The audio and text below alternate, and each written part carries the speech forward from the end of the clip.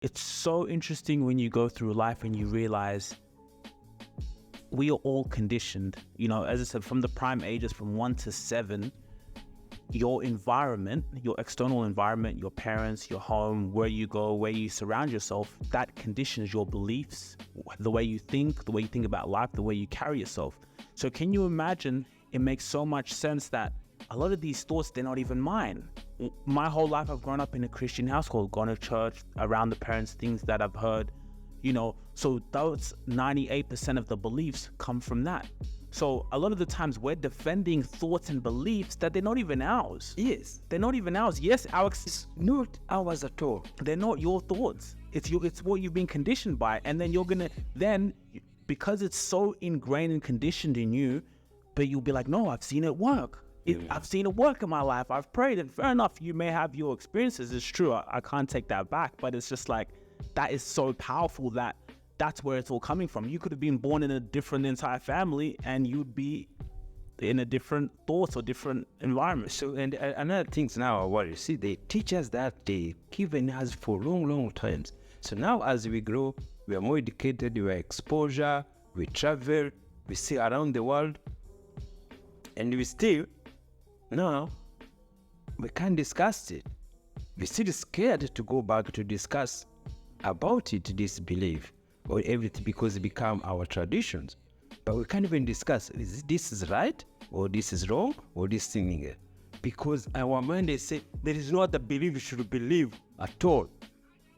And you wonder why. That is the question. But other hands, the other community, they can still question it. They can still look something else. But as our mind, you can't believe anything else.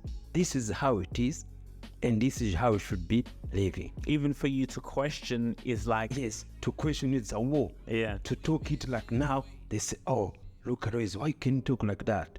See, I talk to everybody talk around me, my friends, oh, why can you talk about that? See, it's our life, but we fear to talk about what we've been living in.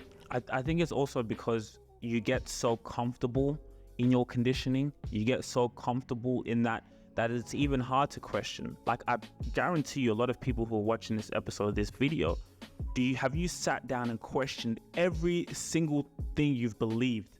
Is it coming from you or is it coming from someone else? I'll give you an example, and we talked about this yesterday. I remember when the presidential election was quite a few years ago, Donald Trump, when he was running for office, and you see a lot of his viral videos. He was going viral. Black people, you're so racist, this and this. So many communities saying he's racist. I ended up adopting, of course, yes, I had watched certain videos and I'll be like, I'd laugh. But I'd be like, yeah, he's racist. I never really took everything into consideration, what was happening, what he was saying. On this path of life that I'm on right now, I'm always thinking about the future. I'm always thinking about my financial future. How can I make important moves now that are going to impact me when I'm older? This video is sponsored by Rise. Every time you get an income, you can set weekly, monthly, daily investment goals. You can put aside money while you're growing and seeking the best future for yourself. For me, what I do is every week I have an amount and it puts the money into the stock market. It's all about compounded interest. The actions and the things that you do today are impacting your future. So for me to continually having that compounding interest of money being put away into the stock market, by the time I'm 30, 40, 50 years old, that amount is generational wealth. That is the power of compounded interest. It's always important to think about your future, always important to think about tomorrow and 20 to 30, 40 years from now. What Rise has done with the Rubasha Family podcast, they're going to give you $5 once you sign up with the Rise app and you're approved. You can start your financial journey today. None of this is financial advice. Hit the link in the description, get $5 into your account once you're approved,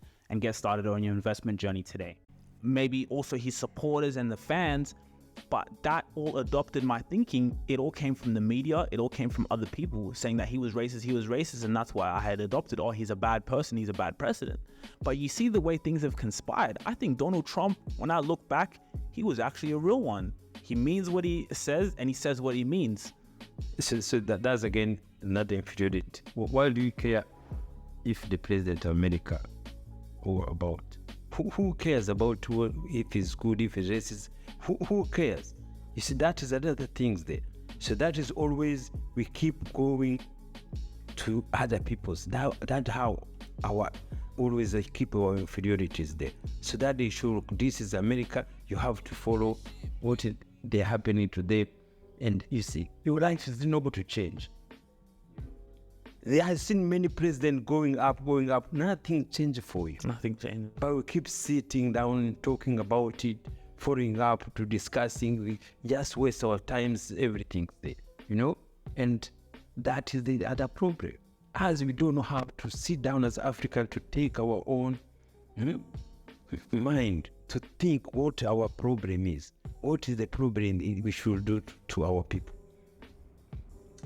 And that's where it started from. It should start from this belief. This belief, I say, if they made us to completely who we are. Even that was sometimes you see back home, the government struggling to do things there. They struggle. We are going much better. We are improving. They do things there. But it takes long times. And it will take long times. You see, like a place, some place in the village, people don't have running water. People don't have electricity, water.